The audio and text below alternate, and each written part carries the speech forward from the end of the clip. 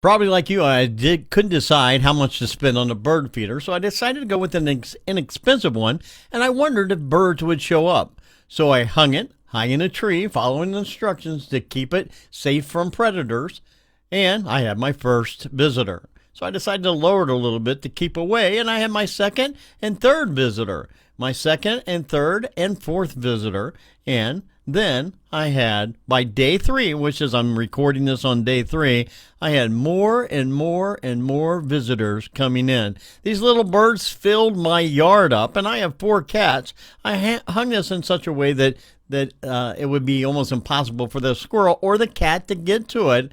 And now, take a look at this.